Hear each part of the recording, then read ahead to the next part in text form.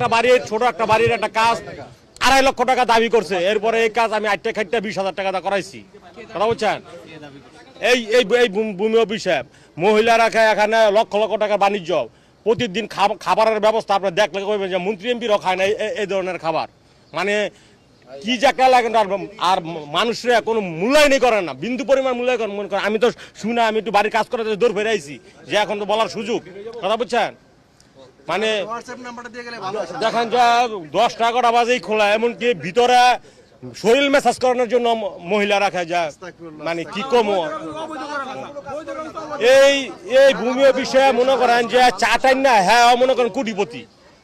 আমার মনে করেন কি বলবো, বলার কোনো ভাষা নাই। আমার বাবার জায়গা 25 শতাংশ জায়গা, সমস্ত কাগজপত্র আছে স্যার, কিন্তু আজও পর্যন্ত আমরা সেই জায়গাটা দখল করতে পারি নাই এবং মিউটেশন করার জন্য কোনো করতে পারি। আপনি এখানে দরখাস্ত দিয়েছেন? দরখাস্ত দেওয়া আছে স্যার।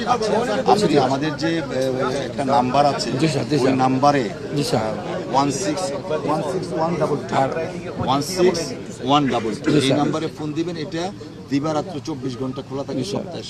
আমার জায়গাটা স্যার খাস লেখা রাখছে স্যার। জি, এটা আপনি এখন এই মুহূর্তে কাগজে না দেখে আমি কিছু বলতে পারবো না। ঠিক আছে স্যার, এই নাম্বারে ফোন দেন, ফোন দেওয়ার পরে আমরা কার্যকরী। ওনার কর্মকর্তা বলছে, ভূমি কর্মকর্তা বলছে যে এই ফাইল আমাদের কাছে কেন আনলেন, এটা তো দিবেন এসিল্যান্ড অফিসে। তা আমি বললাম আমাকে তো সেবা গ্রহণকারী যে দোকানদার আমাকে বলছে এখানে জমা করতে হয়, এই জন্য আমি আসছি। তাই যদি হয় ওনার সেম কাগজ উনি এখানে জমা করতে করছে, এখন আমাকে বলতেছে এখানে জমা কেন করতে আসছে, তাহলে ওনারটা কেন জমা করবে? ভাই 20 মিনিটের মধ্যে বাইক চালায় আসছি 8.5 কিলো, কোথায় সরি ভাইয়া ঘুরে ঘুরে আসছি, যেখানে জমা হতে হবে আসছি 3টার সময়, যে বলছে তাদের 4:50 পর্যন্ত আছে, সেক্ষেত্রে আমাদের তো অলরেডি জমা হয়ে যাওয়ার কথা। এখন এখানে বলছে ওই যে আপু আসতে বলছে আজকে হবে না। আমি দেখেন আমি তো জব করি ইবিসি নাই, আমার তো আজকে অফ ডে, আমার সময় পাবো না। বলেছে তাহলে বসেন, বৈশাখ দেখেন স্যার কী বলে, স্যার যদি হয় স্যার কী বলে। এখন এরপর গেলাম, আমি আসি দেখেন তাহলে ইয়েটা কী বলে, সাথে এটা সাথে ছিঁড়ে ফেললো। আমি তো জানি না ভাই, আমি হয়তো এটা মনে প্রসেস কোনো হয়। তো পরে ইয়েগুলো একটা নাম্বার কি যেন লিখলো, 24 ছাপিয়ে গেলে আর কিছু নাম্বার লিখলো। তো আমি চলে আসলাম পরে যে এই দোকান থেকে আমি করছি, মানে এটা কম্পোস্ট সব কিছু করছি, ওইখানে ফোন দিলাম, বললো আপনি এটা ছেড়ে আনছেন কেন, এটা তো ছেড়ে কথা না। সেই হয়েছে, আমি ভাই আমি তো জানি না, আমি বলছি যে আমি নর্মালি ব্যাপার এটা মনে হয়, তো এটা আসলে কথা না। পরে বললো যে আপনাকে আমাকে বলছি যে বুধবার আবার আসেন, সকালে আইসা 10টার সময় আসলে আমার কাগজ দেখা করতে, মানে এসব দেখবে।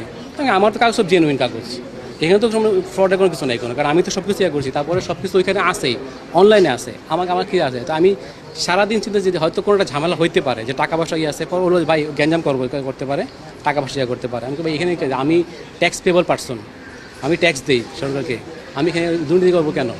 আমি তো হারাম খাই না। তো কালকে রাতে একটা ভিডিও দেখলাম, সে বললো যে যদি আপনার এই কাগজে আপনি জমা নাও দেন, আপনার কিন্তু এটা অলরেডি 7 দিনের মধ্যে দাখিল করতে হবে। যদি আপনি নাও দেন, যে কোনো ভুল হয়ে গেছে নিয়েছেন, আপনাকে এটা জমা দেওয়ার নেই, যে এই যে লাস্টে প্রজ্ঞাপন হয়েছে, প্রজ্ঞাপন আমি নামাই নেই, তাহলে কি যে তাইলে আপনি এটা দিতে হবেই মাস্ট। তারপর চিন্তা আমি আজকে আসলাম, দেখি কী অবস্থা। কারণ আজকে আসলে দেখি যে মানে অনেক কিছু ঘুরে গেছে, যে অনেক টাকা পয়সা চাই। যেমন শুনলাম যে এই দোকানে নাকি টাকা পয়সা খুব ভালো লেনদেন হয়, বা আরও আছে হইতে পারে। তা আসলে আমরা তো তাহলে কোথায় যাবো, কোথায়? ওই সিলিন্ডার তো নাই, তাহলে নামঞ্জুর করে দেয়। আমার বাহার সম্পত্তি, আবার আমার 200% টাকা দিচ্ছে না, সেইটাও নামঞ্জুর করে দেয়। কে আমার 200% টাকা কেন পানা না? কেন করে দিচ্ছে, কেন বাতিল করে দিচ্ছে, কেন বারবার? কেমন রকম এরা মনে বেশি টাকা চায় আছে, আমরা আগে আমি তো বুঝিনি, আগে চোরে টাকা দিতে পারি না।